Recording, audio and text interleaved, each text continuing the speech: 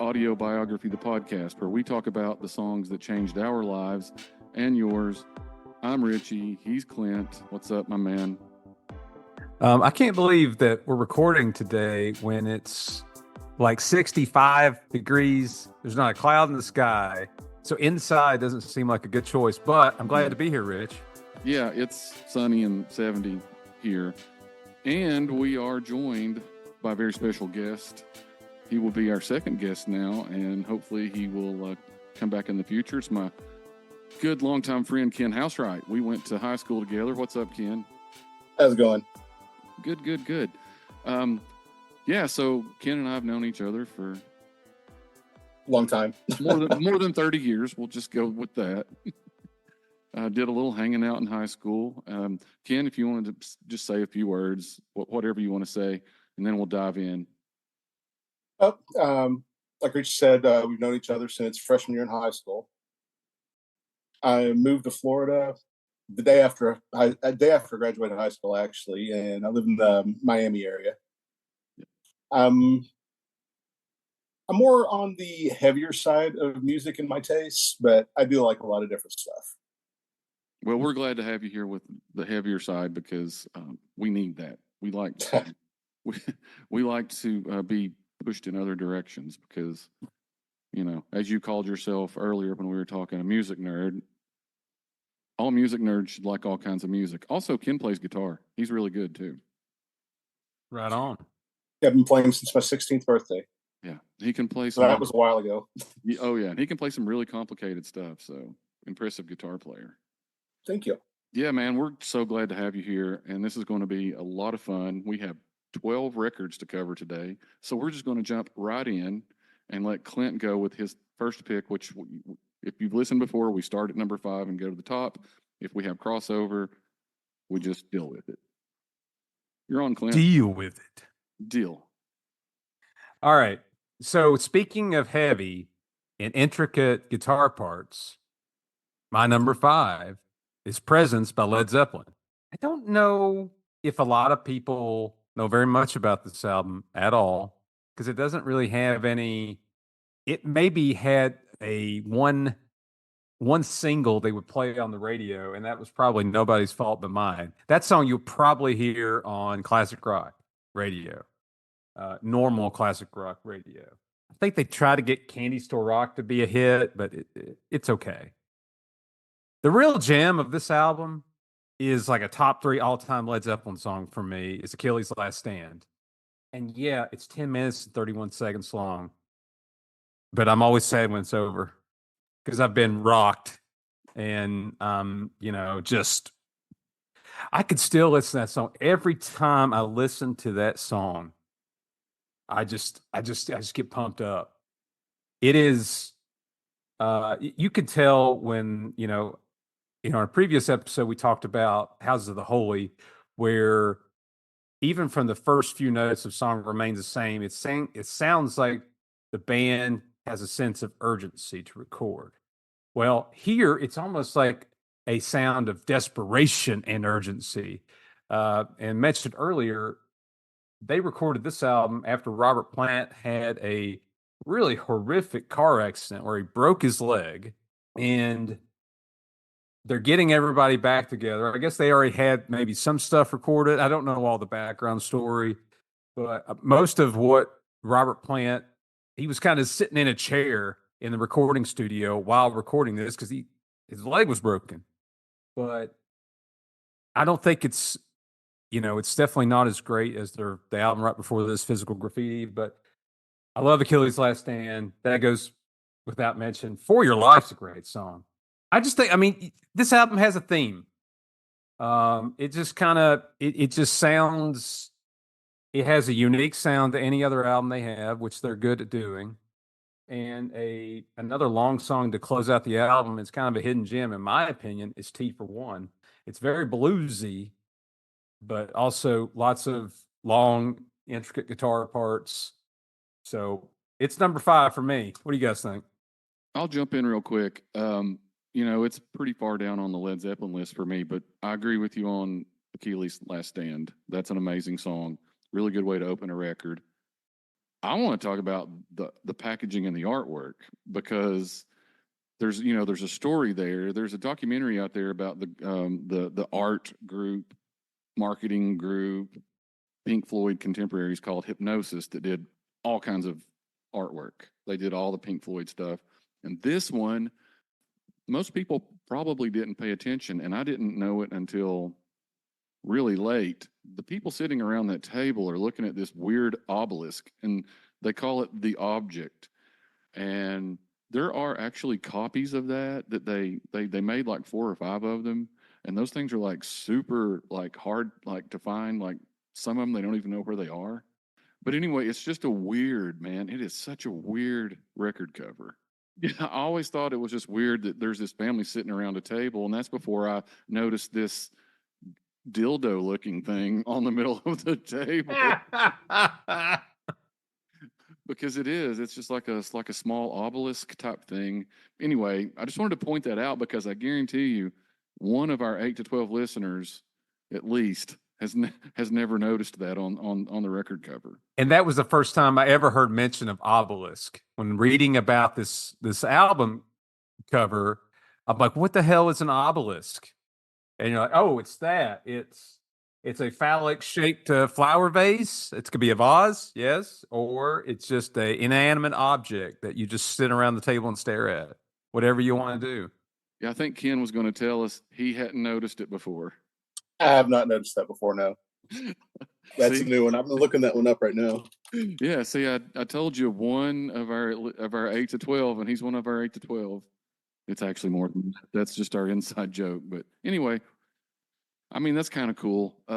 Hypnosis is it's a neat story, and I can't remember which service it is, if it's like Netflix, Rich. Paramount, or whatever. Okay, what's It's a funnier? documentary. Rich, do you have the album there with you?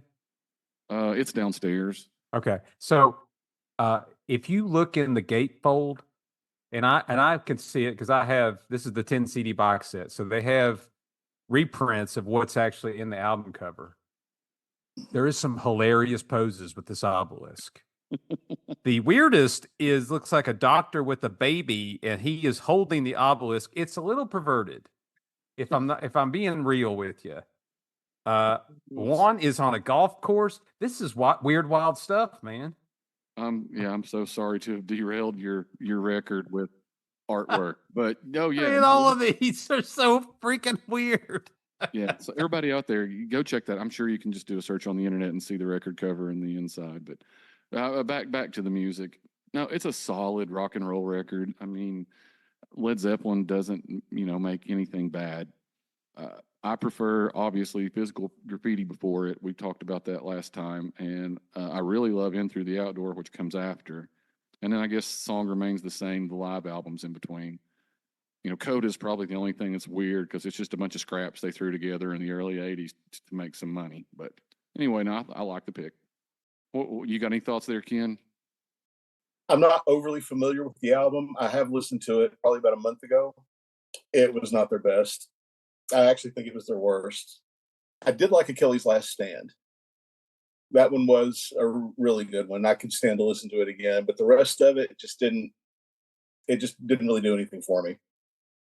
Yeah, no, that's fair. I mean, I think agree. I put it 3, at the bottom for me. You're good. yeah, me too. Led Zeppelin 3 and 4 are my favorite. And like Immigrant Song, that's Led Zeppelin to me. Yeah, and you're a heavy metal guy, and that's kind of like the very beginnings of that. If you had to point to one song, probably that one. Oh yeah, without a doubt. Cool. But the rest of it just didn't really care for it. Yeah, no, it's not for everybody.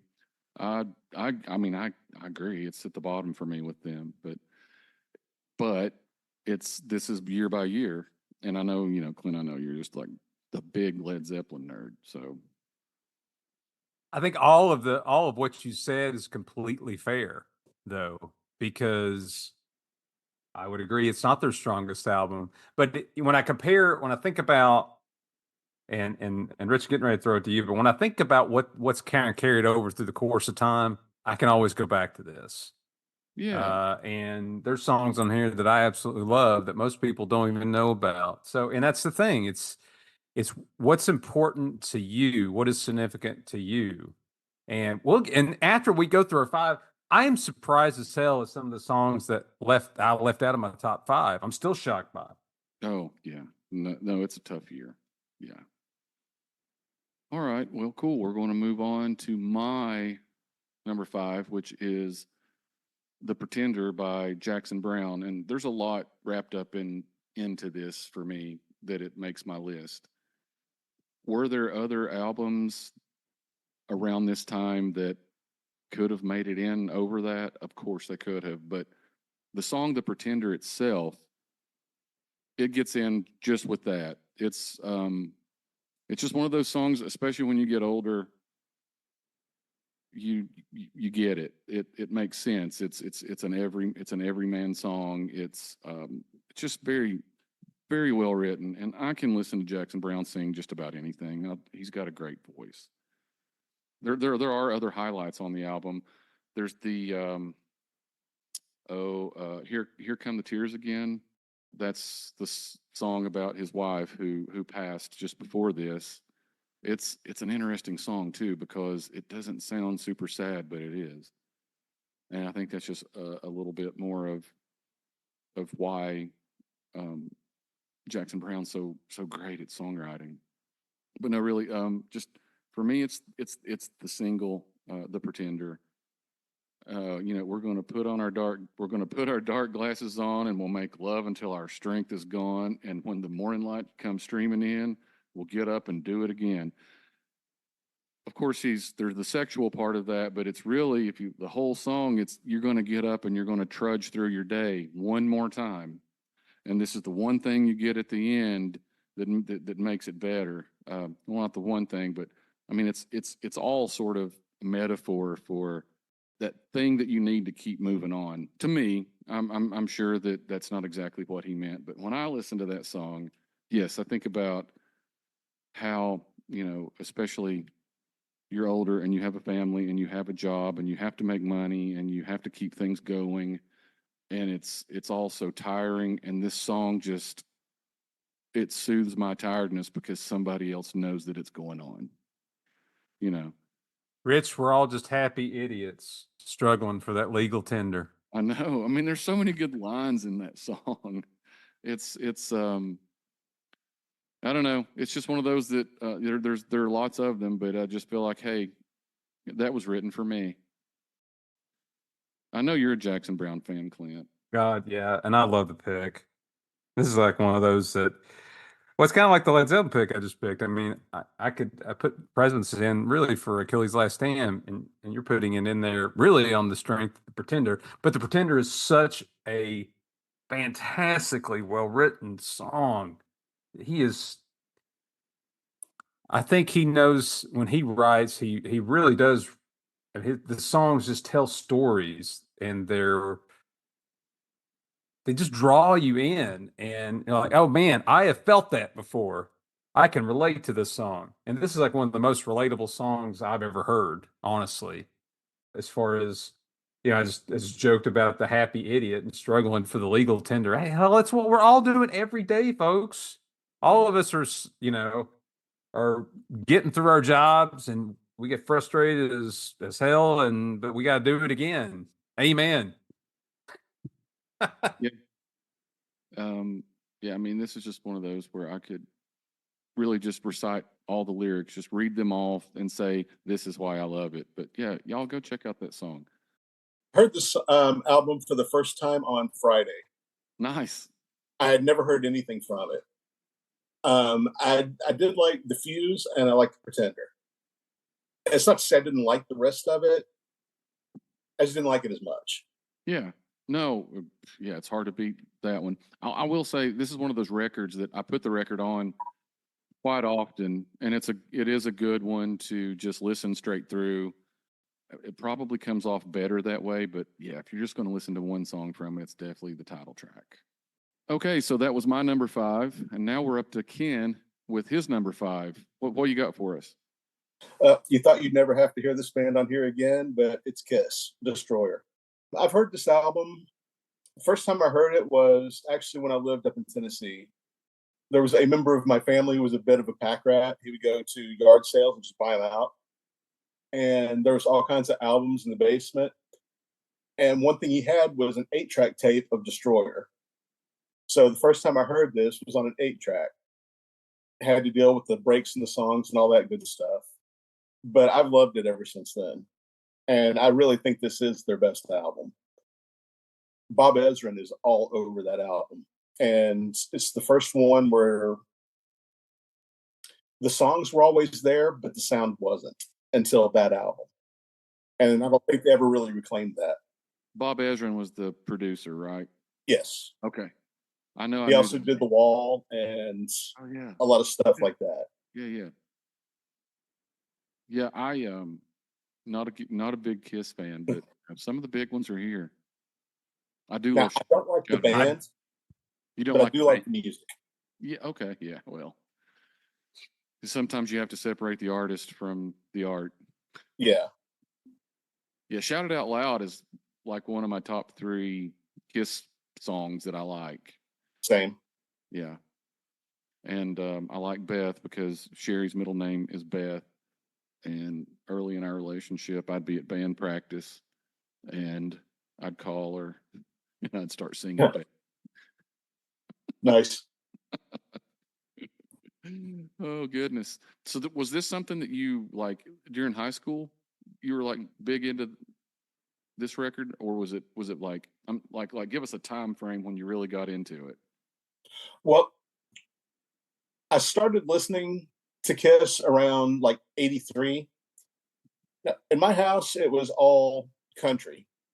That's what both of my parents listened to. So I didn't have really any exposure to anything else until I started developing my own sense of taste. Yeah. And that came with Def Leppard's Pyromania was what started it.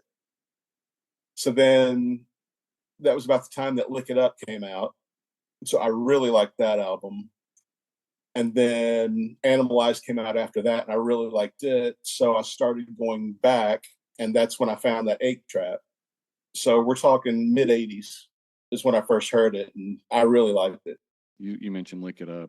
Our band, we played, that was the only Kiss song we played, and it was always a big hit at a gig. People loved that song. Huh. I love that song too. So Clint, I know you've got a little love for Kiss. I bet you like this record.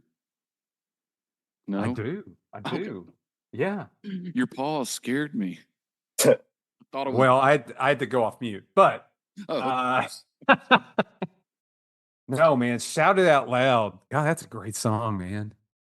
Love the guitar at the beginning of that song. And, when I was talking about their debut album, Beth, that's the song that got my dad in trouble, allegedly, when he was growing up, because they say damn in it. It's just funny. So that was the album. That's the album that his forbidden album that he had to sneak around and listen to. So yeah, awesome. Yeah, Detroit Rock City's on that too. God of Thunder. God of Thunder, yeah. Good album. Good stuff, man. Love the pick. Yeah, there's like some of the iconic stuff. So Ken, you said you think it's their best album. Yes. What do you think is the best song on their best album here? Shout It Out Loud. Okay. Yeah, so we're definitely all in agreement there. And let's talk artwork again. What a cool cover! That's iconic. Yeah, they actually had an original cover, which they had to change because it was a little bit more destructive looking in the original, and the record label thought it was too much, so they made them change it. Yeah, I just anytime I think of Kiss, I kind of think of this record cover for some reason. It's this or Love Gun.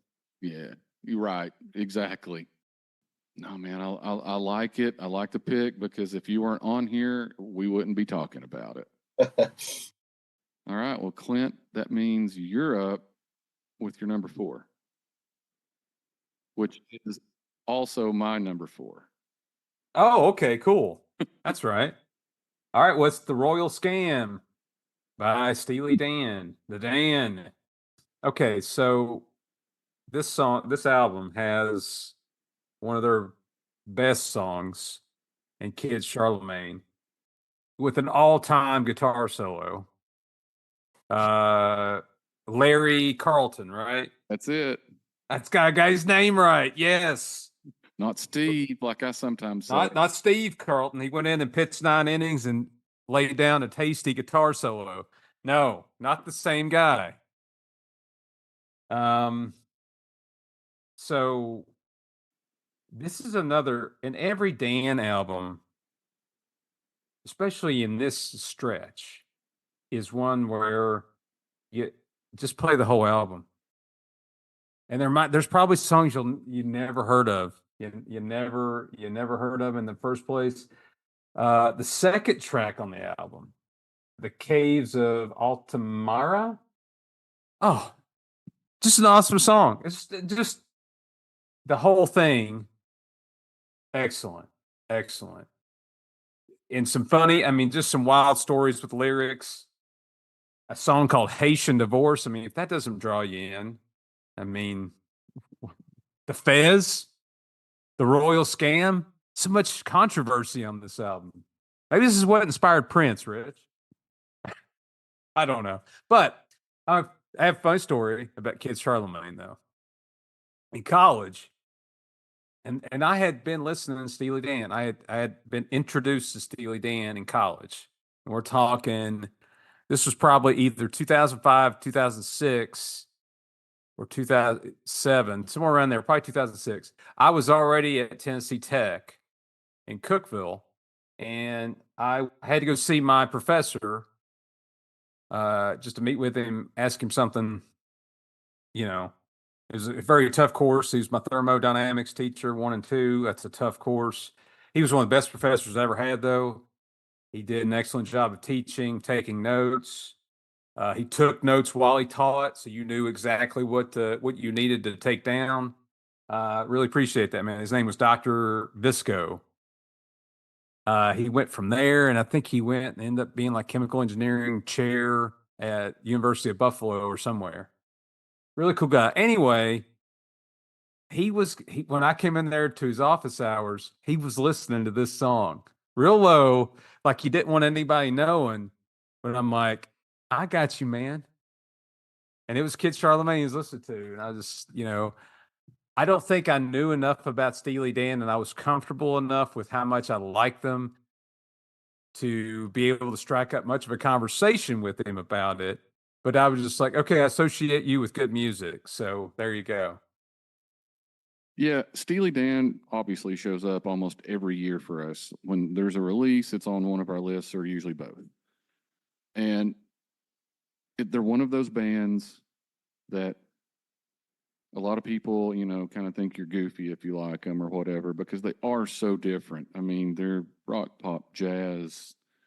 They even got some songs that sound a little country sometimes. I mean, it's just Fagan and Becker, that's what they did. I just think that they were out to do what they wanted to do. We'll talk about that with somebody else's pick, doing what you want to do in spite of what a record company thinks. And they did that, and they did well with it. And Kid Charlemagne is one of their best songs. Totally agree. The Fez is great, but also, like you said, if you're going to listen to a Steely Dan record, you listen to the record. They're a vibe. Like, that's just the best thing I can say. For me, they're a vibe. I feel a certain way when I'm listening to them. And so that's why they're they're always going to be on my list. By this time, they're fully the Dan. This is who they are now. We started out with, the early songs, Dirty Work and that kind of stuff. And now we've moved into this jazz rock fusion thing. And of course, next year on the next podcast is when we get the absolute timeless masterpiece. Yes. No, it's just this is another record that I heard growing up. My dad was a huge Steely Dan fan.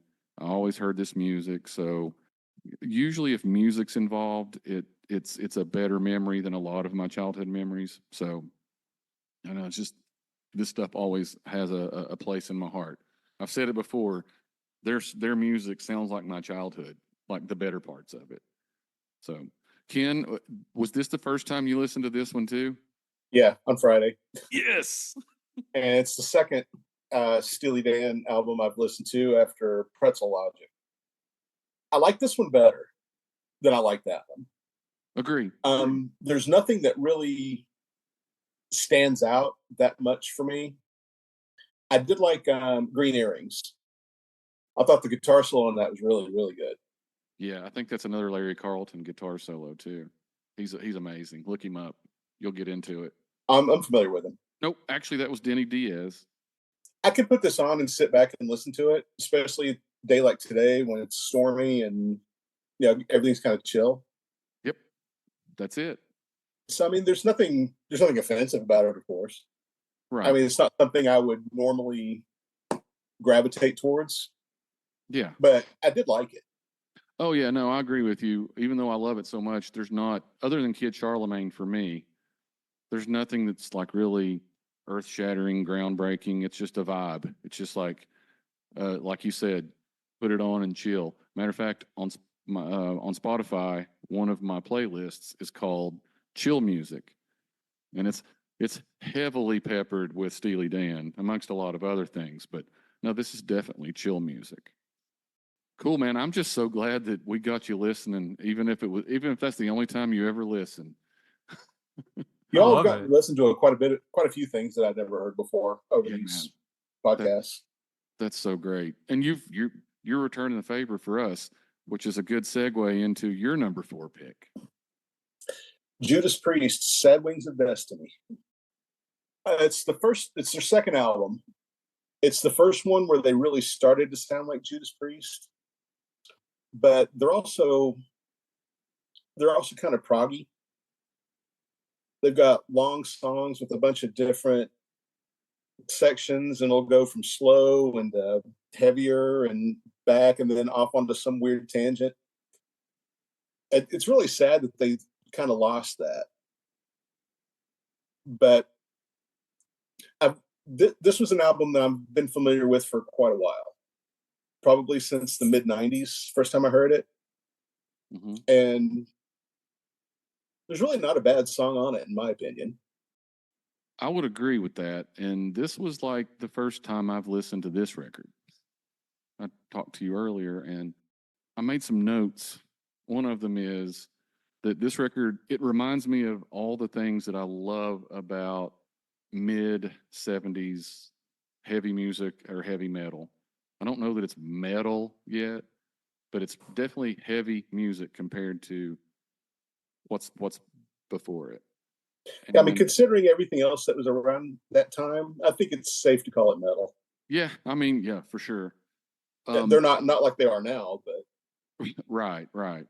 The other note that I made about this is you can see how much, probably particularly this record, I'm sure others that followed it, but like you said, this is the first time they really sound like Judas Priest.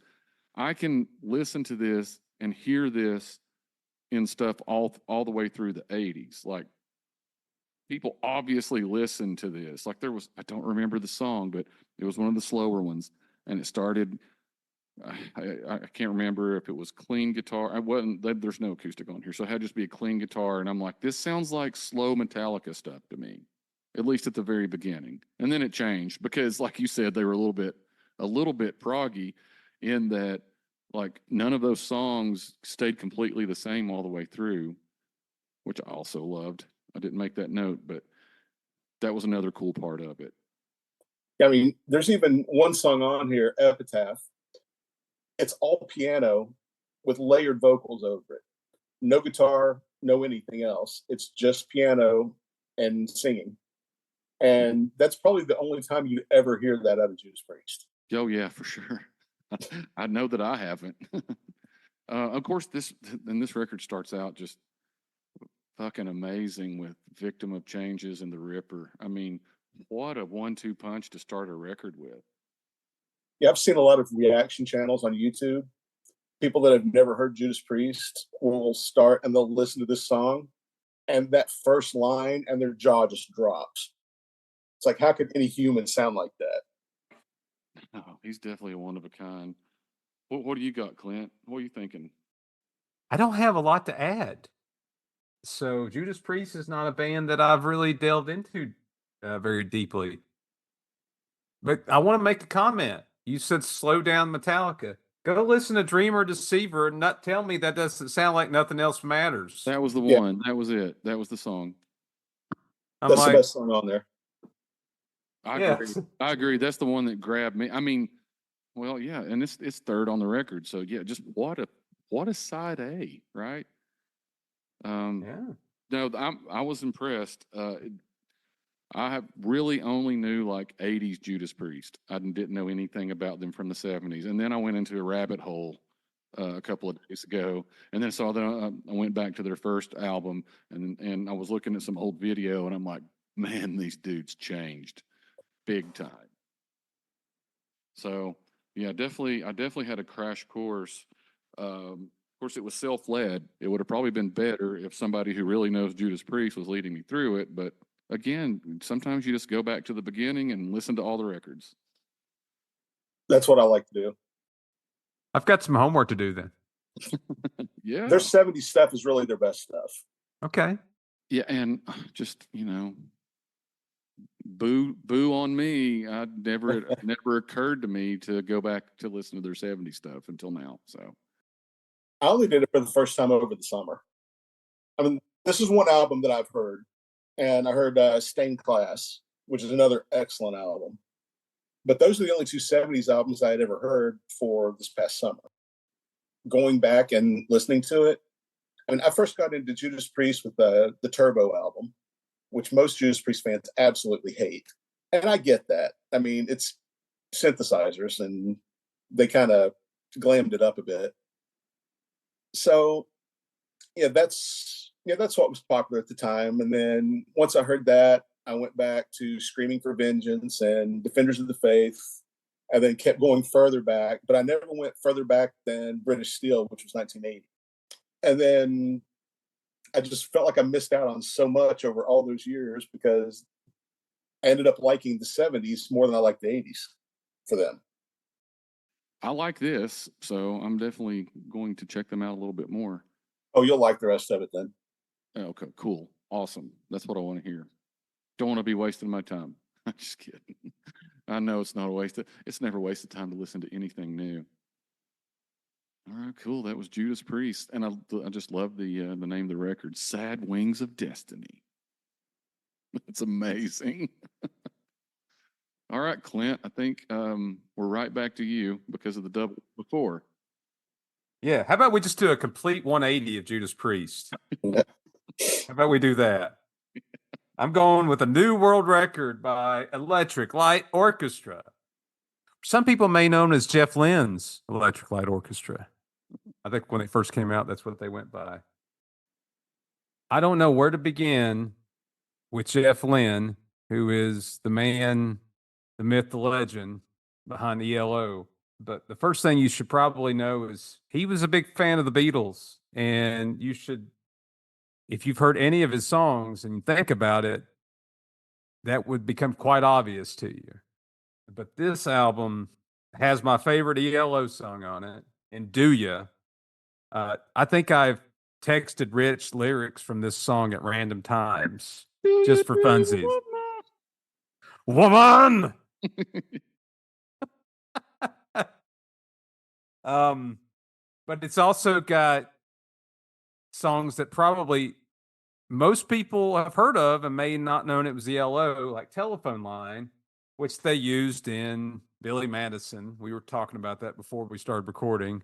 Steve Buscemi, his little brief moment in the movie, he's just being a freaking weirdo, and while he's listening to that song, I know what he was doing. He was putting lipstick on, and anyway, it was. I haven't seen that movie in a bit. And then Living Thing. Hell, I think when I was watching My Name Is Earl, that show, I remember that they use that song in an episode. Tightrope, Rockaria, So Fine is a great song. Oh man, there's so many good ones. Shangri-La. I don't know. I've kind of the person who got me into ELO was Hoosh, my buddy Hoosh, with Strange Magic and Sweet Talking Woman. And then me and Jason, my friend Jason Cole and I listened to a lot of ELO together. But yeah, they've always kind of hung around, but I kind of took a deeper dive a year or two ago. And this album, you know what?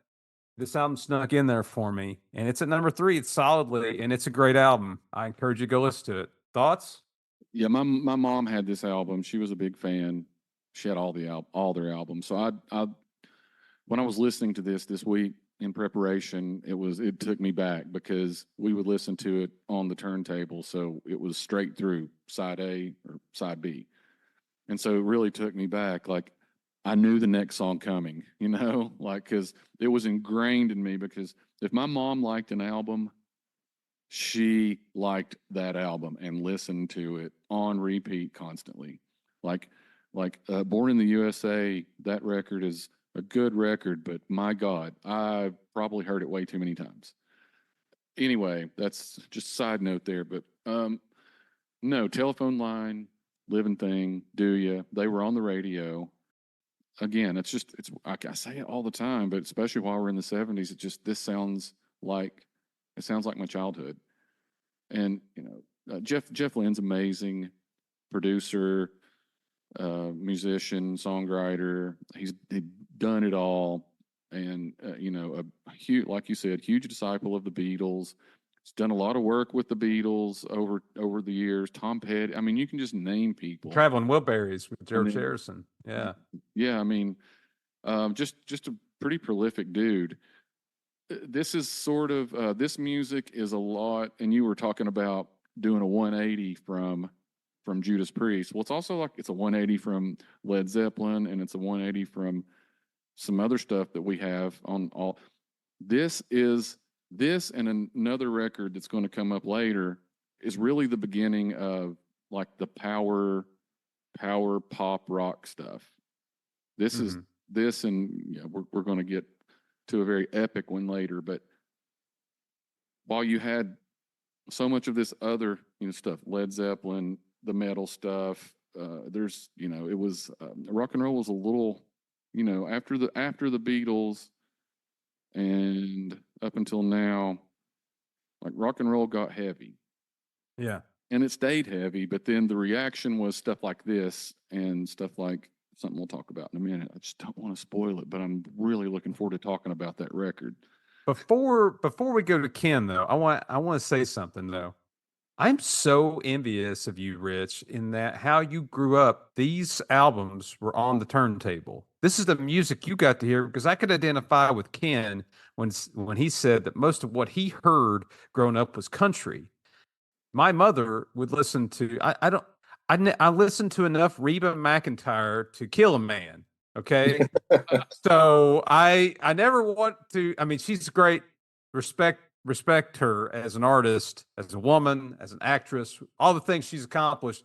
However, I've heard quite a bit and enough of her country music, and I would have loved anything to have just been walking around the house hearing something like that on the turntable. No, believe me, I know that I was lucky. That's why I say, even though there were lots of not so great things about my childhood, the one thing that was always good was music. And, that was my big escape. It's one of the things that my parents did give me that was, has just carried me all the way through life. So, Ken, I think we sprung this one on you. Yeah, you didn't tell me this one's coming up, so I didn't listen to it. I think I've heard Telephone Line, although I couldn't tell you what it sounded like because it's been a while. But that one sounds familiar. Do Ya? I have heard it, but not by ELO. Ace Frehley did a cover of this back in the 80s. Right. That's right. I actually remember that. And I've heard Ace Frehley's cover of this, but I have not heard ELO's. Now I've heard 3 or 4 ELO albums, just not this one. Okay, yeah. I like them. I started diving into them because of Discovery. Don't Bring Me Down, which I've heard a billion times. But this one, I just don't really have much to say about because to my knowledge, I've only definitely heard one song, maybe another. And the rest of them, if I've heard them, I didn't know it was them. No, that's a good reminder about Ace Frehley because now I want to go back and listen to his. because it's actually not bad. Yeah, it was pretty good. Were you aware of that, Clint? I did not know he covered that. That's listening to it. However, Ken, all due respect to Mr. Fraley, ELO does it better. I can believe that. Oh But my he's God. always been he's the one person from Kiss that I always liked. Yeah, because His personality. he got to leave. Have you seen that? Kind of derailing here, but have You're you good. seen that Tom Snyder Halloween interview with Kiss from the 70s? Yes, I have. That was one of the funniest things I've ever seen. Ace was drunk as hell, Yep. just goofing off. Peter Criss was just, I don't know where he was. Gene Simmons was just hated everybody at that point. And Paul Stanley was just trying to be diplomatic. Yeah. And I watched it again a month or so ago, right about the time that they did that finale show.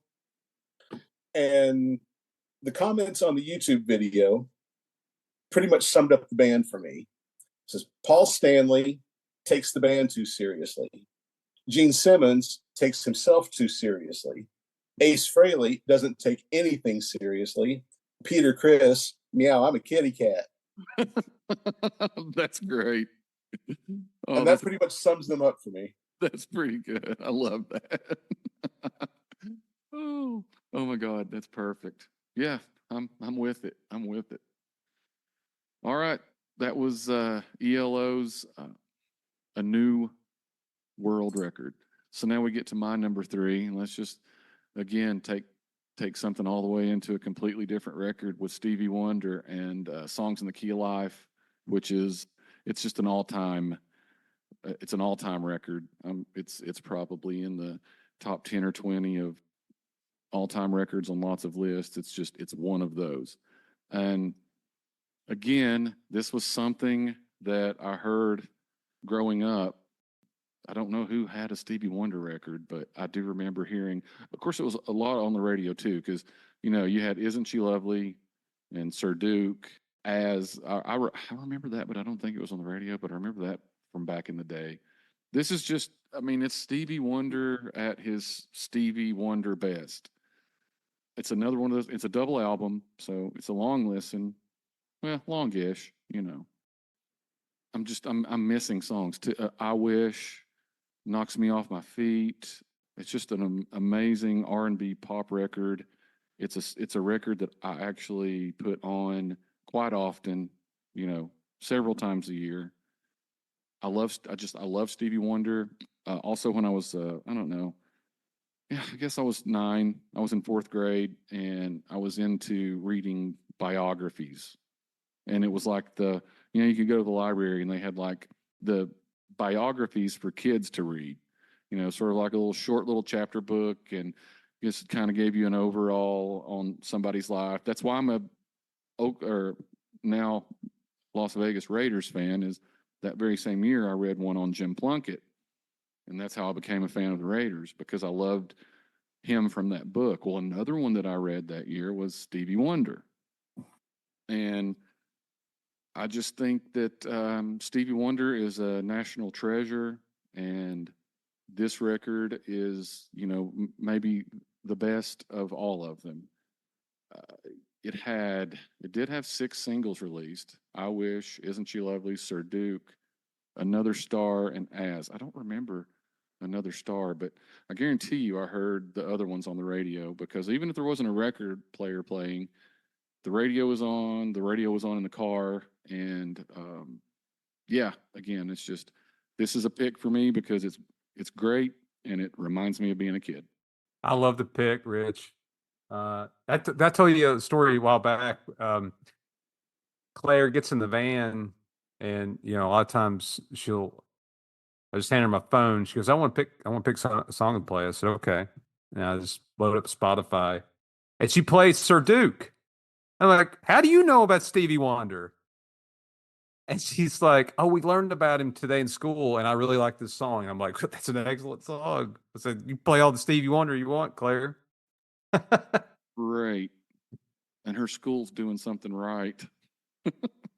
Yeah, yeah. They've got I mean, my kids have got pretty good music taste, so I'm pretty proud of that. One more thing I'll say, and then I'm going to let Ken give some thoughts. Just my last thought on this. The song "Isn't She Lovely"? I remember the first time I heard that shortly after Brianna was born, and it just broke me down because that song was about his daughter. You know, a lot of people think it's a love song, but it's about the birth of his daughter. And I don't know, man. You know, the elephant in the room. He's blind, but he's singing this amazing song about this daughter that was just born that he'll never get to see. And I'm just thinking, what kind of alien does it take to write something that beautiful that 25 years down the road, I hear it after my daughter's been born, and I'm just a puddle of tears, you know? I mean, it speaks to how, great he is. We throw that genius word around a lot. He's one of them. So that was my last thought there, and I'll let Ken get in. Oh, this is another one that I heard for the first time on Friday. Obviously, this is not something that I would normally go for. I liked it. I will say that I liked it. I didn't love it, but I mean, it should come as no surprise that "Contusion" is probably my favorite thing on there. The guitar solo, Michael Cimbello, and I didn't even know he played guitar. But I heard that, and it's like, wow, that was not something I was expecting at all. And I thought that was really fantastic. But the other song on here I really, really liked was Sir Duke. And yeah, there's a few of these I've heard before. But Sir Duke, I mean, it just has an exuberance, is the only word I can think of. And I just really, really like that. Of course, I've heard "Isn't She Lovely?" And then I heard "Pastime Paradise." And the entire time through it, all I could think of was Weird Al.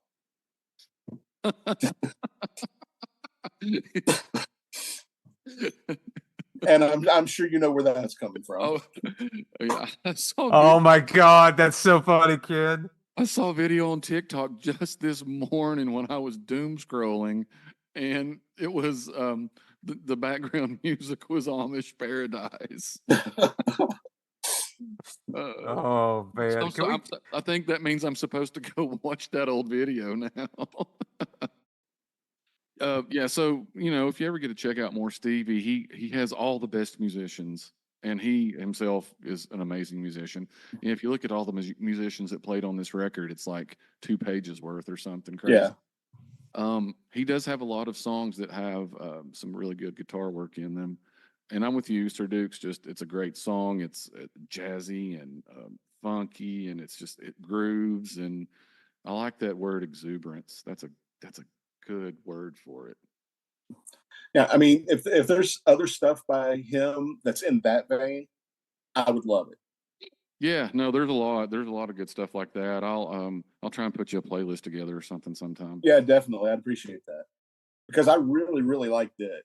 The rest of it, I mean, if it was, I wouldn't get up and leave.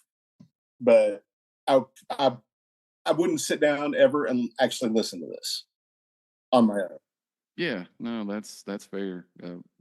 Different strokes. I mean, that's not to say that it wasn't good. It's just not my cup of tea. Yeah, well, once again, we're going to do a 180 and go from Stevie Wonder to Ken's number 3 pick. My number 3 is "Rising" by Rainbow.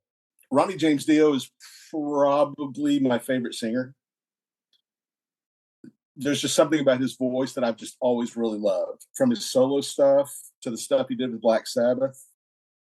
I even heard him do something with one of the guys from Kansas.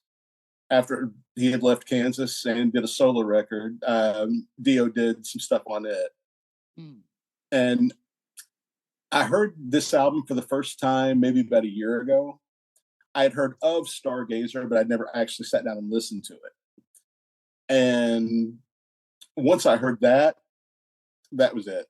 That is just such a fantastic song that it just takes my breath away. It's one of those that gives me chills. And it's Richie Blackmore from Deep Purple after he had left Deep Purple. And I generally like him. I mean, I don't know a lot because I haven't done really a deep dive into much Deep Purple up to this point. But he's still a really good guitarist, and some of the stuff on that album that he does is just fantastic. But everything about Stargazer is just top notch for me. I actually love this album now. Like I've listened to this like 3 or 4 times since you sent it along. Nice. And you mentioned Stargazer, and like I've got, I made these notes. Like I went front and back on this one, and you can't really see it, but right here I've got Stargazer, fucking awesome. What a great song. Like it's so heavy. It's got that epic middle section. It's a really good song. The other one that I really liked a lot was Run with the Wolves. Yeah. And I also the opening song, Terror Woman. I love that freaky synth at the beginning to start the record. Anytime somebody starts a record, has the balls to start a record that way, I'm always all in. It's just like I said, I made all kinds of notes, and now I don't even know what I want to say from them. But Richie Blackmore is a really good guitar player. I think he's one of those guys that's like really hard to get along with too. Matter of fact, I read that before this, when he started Rainbow, and I know a good bit about Rainbow. I've liked them for a long time. It's been a long time, right? And I know it was basically Ronnie James Dio's band Elf that became Rainbow when Richie Blackmore brought them all in, and then after the first record, he fired all of them except for RJD, and started over. And I know they had many incarnations after this, even without Dio, and even some of that stuff's really good. But I would have to say, of everything that I know about Rainbow, this is like now my favorite record by them. It's just good from top to bottom. I mean, I literally made notes on every song because as I listened, I liked it that much. Yeah, and it's like do you close your eyes, man? What a rocker that one is. I mean, it's one of those. It's like a blueprint type song. Like I know that other people in music heard that song because it sounds like things that came later. So obviously they were, even though they weren't that big of a deal at the time, they were influencing people later. But anyway, I love this pick. Now I love this album. It's something I'll probably listen to a lot. What do you think, Clint? You don't even know, do you? No, I don't. My mind's just blown. I just thought Ronnie James Dio was a cartoon character, honestly. And I'm sorry, I was wrong. Who was this drummer? Was it Holy Cozy shit. Powell? The drum. Yeah. I mean, he's a no-name. Never heard of him. Dude can play. Let's see. It is. Cozy Powell. That's his name. Oh yeah. He played.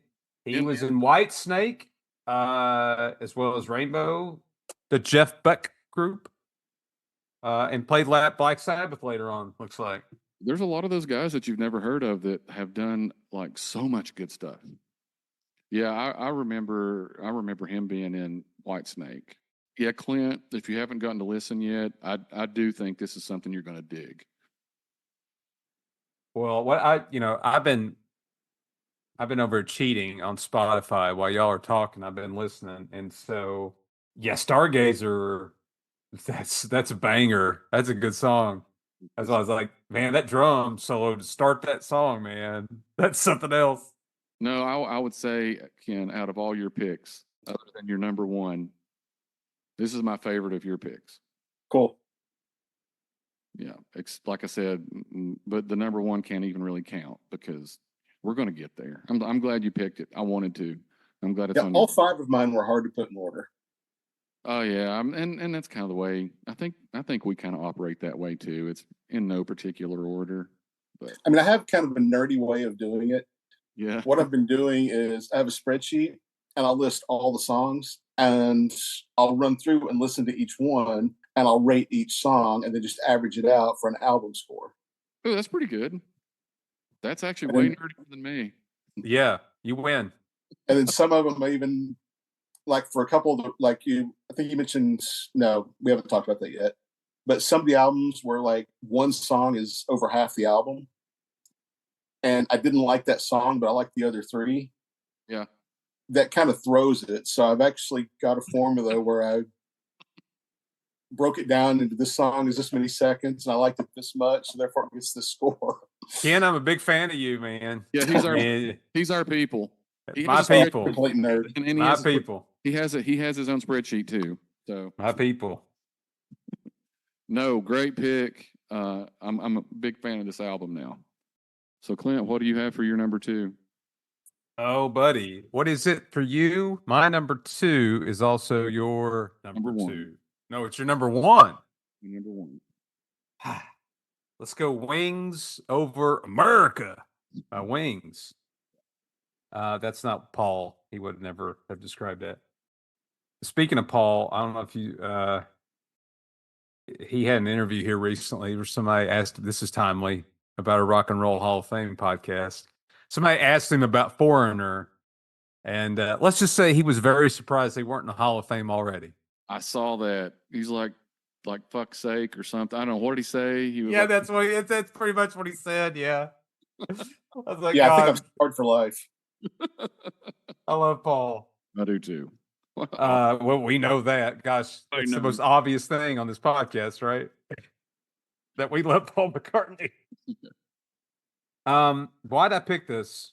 So actually, I almost didn't pick it because it's a live album, but then I thought a little bit more critically of how significant this album is, because this is the first time he toured in the United States since the Beatles. Is that correct? It is. It's also a first time for something else that you're probably going to say. I might leave that to you. Okay.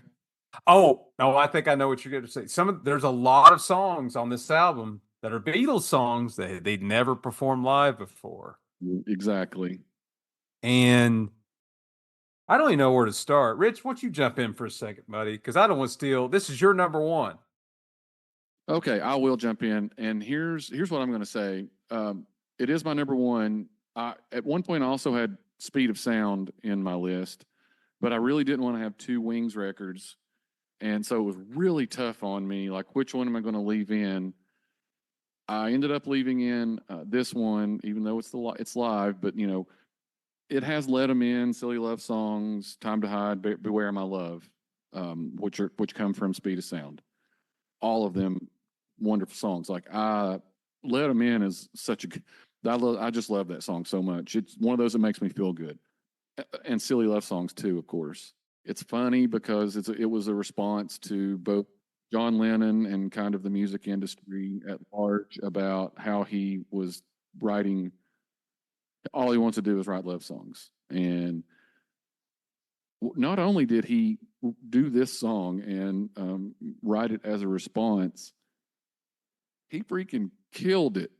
When you think about the bass line in that song, you think about the middle section where they're rounding in with three different lines. The way the whole song grooves, of course, it's the bass. I mean, it's one of the best bass lines ever, and it's just a silly love songs pop song. But I put it in because of that the 4 most important songs from Speed of Sound are on it. The fact that he was doing Blackbird and what else? Long and Winding Road and Lady Madonna. Yes. The 3 had never been done live. This was also the first time that on a prolonged tour he did Beatles songs since the breakup. Yeah. So this is it's a really important album. It was a huge album. It did very well. It spun off the Rock Show video. He does all the songs that I would want him to do. He starts the show with Venus and Mars into Rock Show into Jet. Come on. I know. It's such a great intro to I mean, if you were at that live show and that's how the freaking thing started, and then into Let Me Roll It. Yeah. Oh. And then that stupid Denny Lane song and that stupid Jimmy McCullough. I'm just kidding. They're not the best songs. They're okay. But I've got a million more things, but I'm only going to say one more, and then I'm going to throw it back to you. So now that you got your head collected, this is one that's hard to like get your mind going because there's so much. Maybe I'm amazed. This is the best version of that song.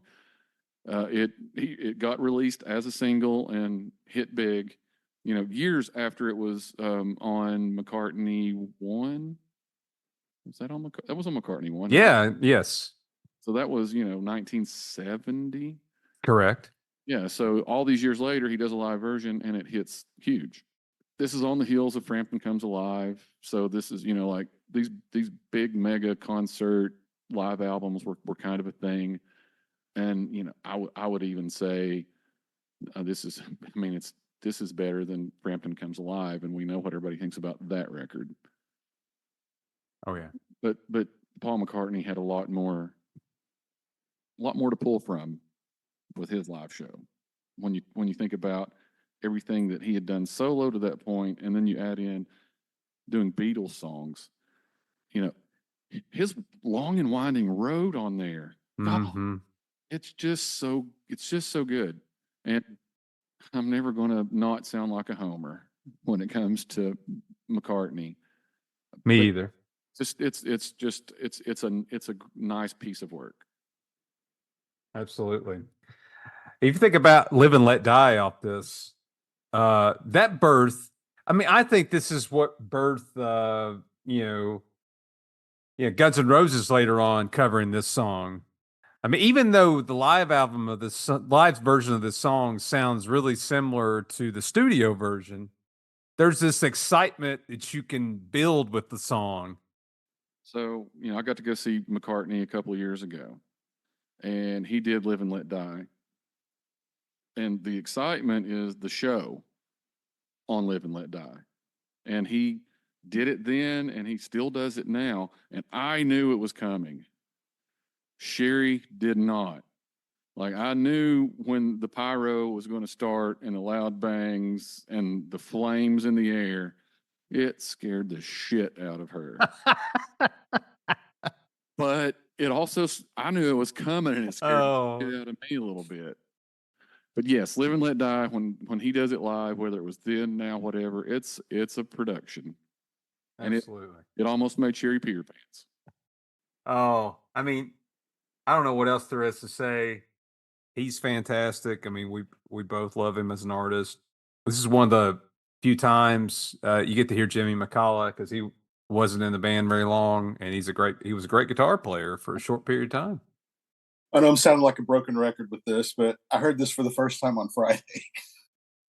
I'm not really familiar with Wings. I'm not really familiar with all that much from the Beatles, for that matter. I do like their later albums, from, I don't know, whenever they got drugged out on Revolver, and they started getting weird. That's the stuff I like. Yeah, Revolver, Rubber Soul. That's the stuff that I like the most too.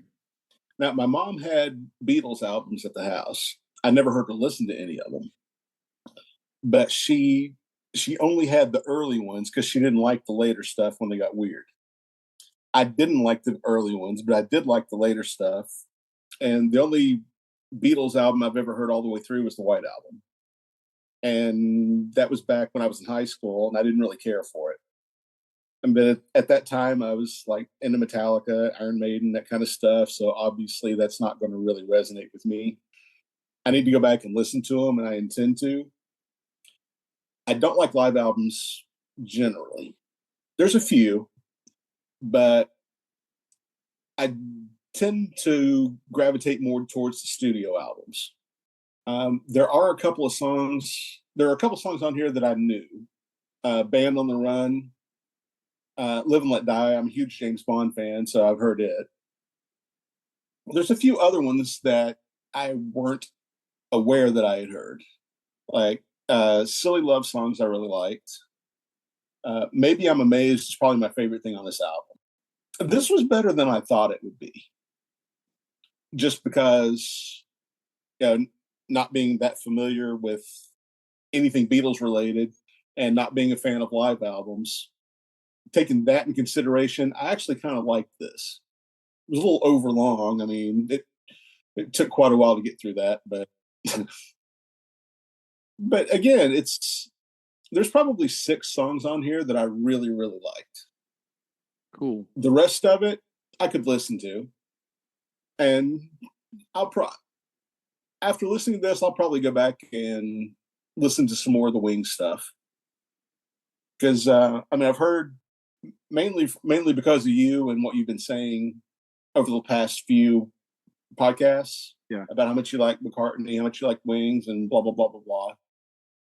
So I've gone through and I listened to a couple of things. Like I listened to Band on the Run a couple of weeks ago and Hell on Wheels, which I didn't like at all. And I'm listening to those. I'm thinking, yeah. But then, to be fair, I listened to this and I liked it.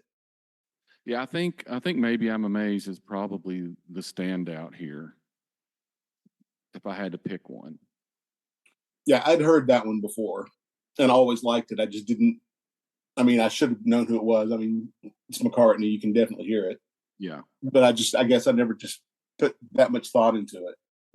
It's really cool to hear perspective of somebody for Ken, does not really a Beatles listener or know much of Wings and the songs you gravitate to. And I'm glad you listened to Band on the Run, because that would have been in my album I would have recommended that you listen to if you really hadn't listened to much of their stuff before.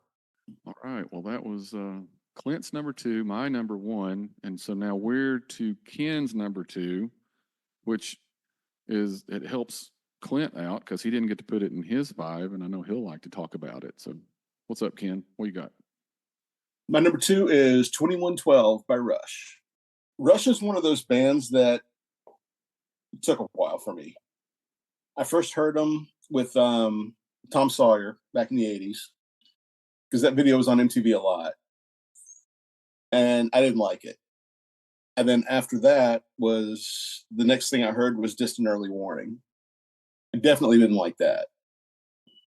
And so I just kind of gave up on it for a while. And eventually I started listening to Spirit of Radio. I thought, okay, that's fantastic. So that kind of got me over his voice. And then I started going back and heard 2112 for the first time, maybe 10, 15 years ago, and really liked it. And one thing I will say, a 20-minute song is a lot to ask for me, but that's one that I actually like. I didn't think it was overlong. I didn't think it was too much. I just liked the whole thing. There's only one song on here that I didn't love, which was Lessons, and I still really liked it. Passage to Bangkok is probably my favorite thing on here, and Something for Nothing is probably a close second on that. I totally agree, Ken. So I'm a huge Rush fan, and I cannot believe I couldn't put them in there. And the reason for it, and you named it, you named my favorite era of Rush when you mentioned the Spirit of Radio.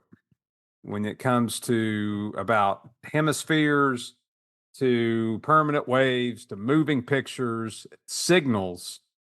I could go on and on and on, and I'm going to go on and on and on about Signals when we get to 1982.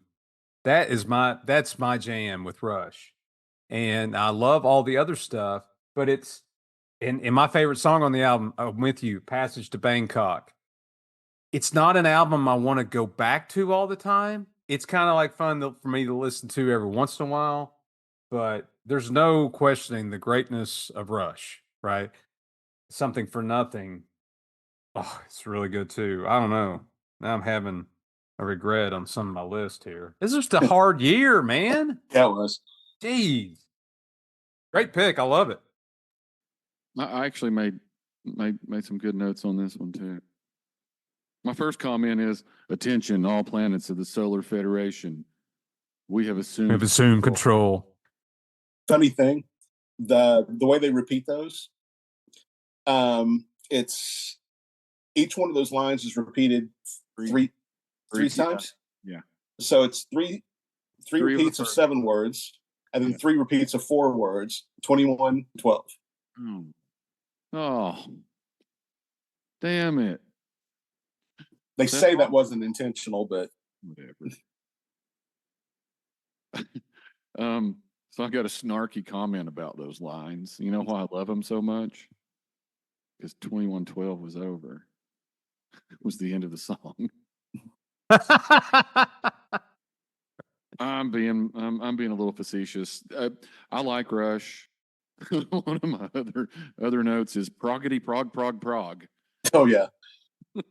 It's progtastic. It gets no proggier than this. Also, reading about it too, I was actually refreshing my memory. There's a documentary that was out not too long ago about Rush, and it was on 2112 and how it changed their fortunes because they were flat broke. Record company wanted to drop them. Fans in chaos, and so their manager talked the record company into one more album, and he said, but they really want something commercial, and they didn't let anybody listen to it until they were done, and it was this. So they were just like, fuck you, we're going to do what we want to do, which that makes a lot of sense. Neil Peart was into objectivism and Ayn Rand and self-determinism and all that kind of stuff, which I don't really get into either.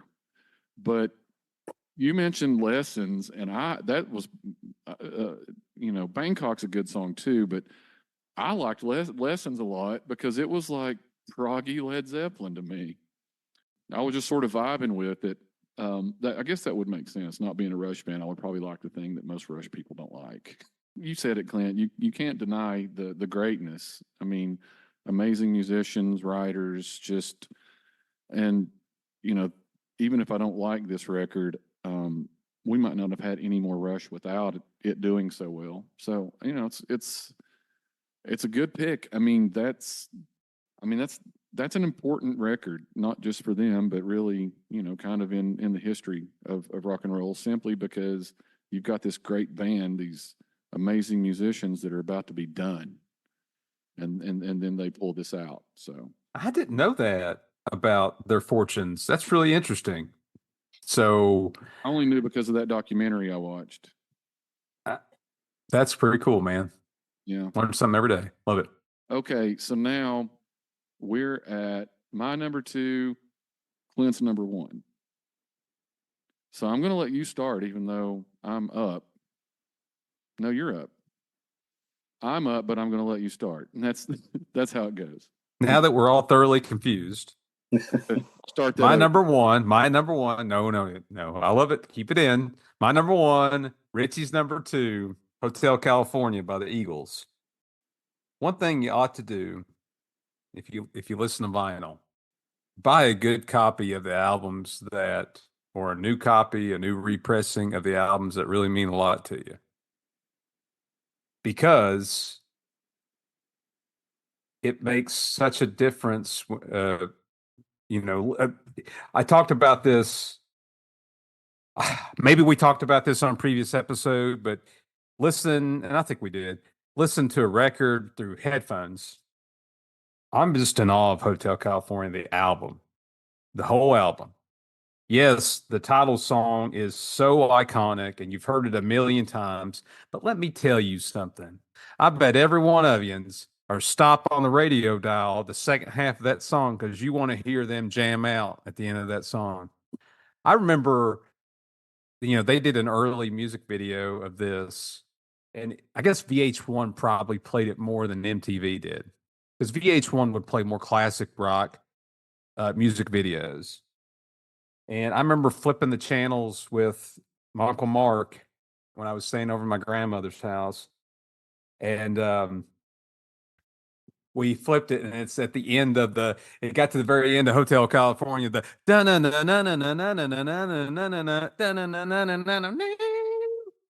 yes, you know that part. He's like, well, we're just in time to hear the best part of that song. I'm like, well, yeah, we are. It's all good, but that's really good too. New Kid in Town. That's the only Glenn Fry song on the album, but God, it's one of my favorite Eagles songs. This is the first Eagles album that I just love. I think Take It to the Limit's pretty good. I thought we talked a little bit about that in the 1975 episode, but this album is it. It's everything. It's the first album with Joe Walsh. So the lineup at this time is Don Henley on drums and sings most of the songs. Glenn Fry plays guitar and vocals. Randy Meisner, I think, is playing bass and doing vocals, and then Joe Walsh and Don Felder. Both Don Felder and Joe Walsh are playing lead guitar. I mean, Joe Walsh actually could play anything. Yeah. You just put him in front of an instrument. But those five guys are just unbelievable together on this album. Everything is so good. Victim of Love is an incredible song. Life of the Fast Lane. And Wasted Time is just an epic masterpiece. And Rich, I have to, and I texted this to you. And if Andrew's listening to this, I want him to think about this. And if he agrees, the one Randy Meisner song on this album, Try and Love Again, sounds like an Andrew Scotchy song.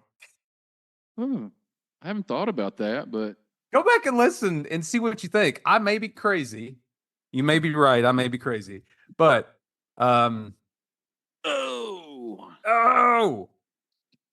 but, yeah, that's what I love when you go back and listen to something and you start trying to, you hear what people have been influenced by. And there's so much on Hotel California. I can talk about it for days, but I'm so glad I mentioned, at the beginning when I started talking about the album, buying a good copy of it.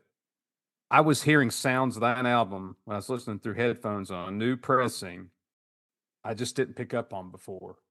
Little drum sounds that Don Henley would hit, extra licks on the guitar I never heard before. It's just, it was awesome just to rediscover something, little things, little minutia in an album that's so fantastic. All right, I'm done. You talk. I'm just glad somebody got to say minutia. It's one of Yes. those $1 million words. Yeah, this album and The Long Run were staples at my house. So I heard, like, again, I say it like all the time. I think of my childhood. I can literally, you know how you have like little specific memories, but they're only like a snippet of a memory, like maybe 2 seconds that somehow stuck with you. I can remember listening to New Kid in Town, out riding around in my mom's VW Bug with her and her best friend and all of us kids piled into that VW Bug. And I hear that song, and that's exactly what I think about. Top to bottom, every song is good. Like every, Pretty Maids All in a Row, that's Joe Walsh. And, he's one of those guys, you got to get over his voice. But once you do, it's awesome. It's super, super duper heavily overproduced, and they get knocked around a lot for that. But you know what? I'm here for it because it sounds amazing. Like, even if you don't like this music, but you like music, this is what you want to hear. You want to hear this good production with these really good musicians. Is there any song on here, except for maybe Hotel California, that is like super crazy groundbreaking or iconic? No, maybe New Kid in Town. But it's just solid from front to back. It's one of those records I'm not mad about listening to the whole thing. And again, I've got just lots of memories tied up in with it too. So, Ken, what's up? What do you think? This may be strange coming from the metal guy here, but I love Beatles. And it's one of the few things that I actually did hear back in the 70s. So, pretty much my entire life, I've been an Eagles fan. I didn't think this was their best album. I thought it was more on the other end of the scale. That's not to say that I didn't like it. I love this album. I just like the other ones better. Yeah. Except for the first one. It was just kind of meh. Same. But out of everything that they've done, I mean, Hotel California is probably my favorite Eagles song. I listen to it all the time. The rest of the songs on it, I mean, Life in the Fast Lane, I really like. Victim of Love, I really like. Pretty Maids All in a Row, I didn't really care for that much. And that's probably the only thing that knocks this down for me. It's got one song that I really didn't care for. But I mean, it's a fantastic album. I really can't, in good conscience, say anything bad about it. And of course, that as a guitarist, that solo in Hotel California just gives me chills every time I hear it. Yeah. So what would be your number one Eagles record? Long Run. Okay. Good call. I figured. Yeah. And there's nostalgia behind that one. Yeah. I remember senior year of high school when they let us do the day where we could miss to go on a college day. There was I think it was, we had some reason where we weren't in school one of those days. So I went to a college in Florida. So I drove down and I took the 4-day weekend to do it. And I remember as soon as we started driving through downtown Atlanta, In the City came on from Long Run. And that's the first time I'd ever heard it. I actually stopped at a mall in Atlanta and bought that album right then. Oh man, That's awesome. And yeah, I've been listening to it ever since. So it may just be a nostalgia thing for me, but I think Long Run is my favorite of theirs. Desperado is probably number 2. Well, that actually finishes me and Clint out, and we only have one thing left. I'm excited. This is the one that I keep saying I'm not going to spoil. So here is Ken's number one. My number 1 is the debut album from Boston. Again, this is one I can't really say anything bad about. I heard this for the first time in high school. One of the guitar magazines had the tab for it was either Peace of Mind or Long Time. It was one of the two. But yeah, I'd never heard it. I'd never even heard More Than a Feeling at that point. So I went to Backdoor Records in Johnson City and got it. And every song on here is just fantastic. I don't really don't know what else to say about it. Just I'm like you. I pretty much discovered it in high school too. I know I'm sure I heard on the radio but we didn't have it at our house. But I remember, I guess we did because I just don't remember listening to it much. Either my mom or dad had it on vinyl, and I remember dubbing it to tape. And I wore out 3 Maxell tapes of that. But I'm with you, like start to finish, and I listen to it that way in my car constantly. I mean, nothing else really sounds like it. No, and of course some of that, is the Tom Schultz, the guitar player. He created all of his own effects, and so that's why Boston. I guess the story is, he's an MIT guy, dropped out, super smart, and created all of his own shit, and that's why you get the Boston sound. Well, I think they recorded that entire album in his basement. Yes, they did. And that and Brad Delp. I mean, that's the Boston sound. That voice and that guitar. Clint, what's up? What do you think? well, this was in my top 5, and man, I loved it. Still love it. Didn't make it. I was just thinking about albums that I go back and listen to more today, but I will tell you that More Than Feeling comes on the radio. I'm listening to it every time. I discovered this probably it's high school. Me and Jason Cole, my friend, we discovered this, and he was a drummer. He is a drummer. He makes fun of the drummer for this band. He's like, all this dude knows how to do is play 8th notes on his cymbals. But it goes, he kind of like leans into the fact that this band was Tom Schultz and Brad Delp. Yeah. And there's other dudes in the band. It didn't matter because the sound was unique. The songs were really, really well written songs. And to be honest, it's really hard. Like, as far as iconic albums, it is amazing that there's so many of these albums that happened in 1976. Because to a lot of people, 2112, Boston, Hotel California, that would have been most of 3 people's, maybe not 2112, but most lovers of classic rock would have picked Boston and Hotel California in their list, I think, because this kind of reached everybody. It was accessible, but it had a unique sound. I love it. I have many fond memories listening to this, growing up with this. The only thing I need it on vinyl. I just have it, I still got my old, CD here after all these years. These things still play, people. Compact discs. Walmart has a exclusive on that one that you can still buy, and it's on blue vinyl. Okay. look that up. It sounds good. I've got it. I've got that. Okay. About 2 or 3, but it sounds great Right on. and it's pretty. Pretty. Good pick, Ken. I love it. Yeah. Yeah. So much nostalgia tied up in this one too, just because it was already, let's see, me and Ken were in high school 86 to 90. So when we were freshmen, it was already 10 years old, but still it's like, this was my high school music. All right, man. This has been fun. We're hitting close to the 2-hour mark. I'm super proud of us that we kept it around 2 hours. That's amazing. So, yeah, if there's no other final thoughts or anything, we're gonna go ahead and get on out of here. Start thinking about 1977, and Ken, you'll have to start thinking about another year that you want to jump in on. There's a couple Probably- I've already got that Probably like I could- 83, maybe 83. 80 and 81. Oh, okay. Both of those are really good years in my opinion. Okay, cool. Yeah, we'd love to. 83 is pretty cool too. No, this has been good. Like, I appreciate you coming on and I'm glad you have me.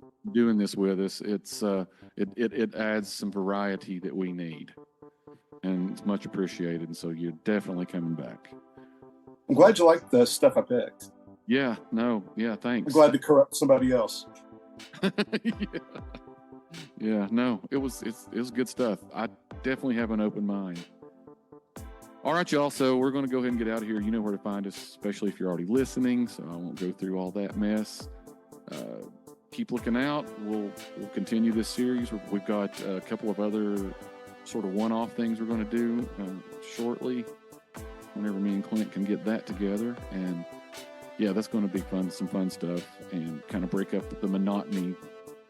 I'm sure everybody's getting so tired of these years. Obviously, they're not. This is too much fun. Like, every year's so different. But yep, we're going to get out of here and, peace, love, and all that good stuff.